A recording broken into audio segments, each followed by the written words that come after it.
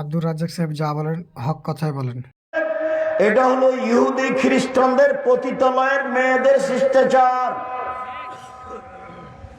তোমাকে যদি কেউ বলে, এই মেয়ে, এই খালেদা, তোমার নখটা বড়, নখে নেল পালিশ আছে, বলো তো এটা কোন শিষ্টাচার? তখন তুমি বলবা, জি, এটা হলো ইহুদি খ্রিস্টানদের পতিতালয়ের মেয়েদের শিষ্টাচার। দুই, বলো তো তোমার পায়ে স্কিন পায়জামা কেন পরনে?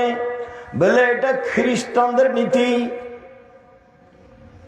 ইহুদিদের নীতি, ওদের বিভা লাগে না, এমনিতেই দিন চলে, ওরা স্কিন পায়জামা পরে, আবার জ্যাঙ্গা পরে, খালি থাকে,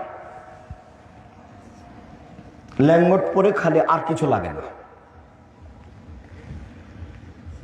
তো তাহলে বলো এটা কেমন হলো?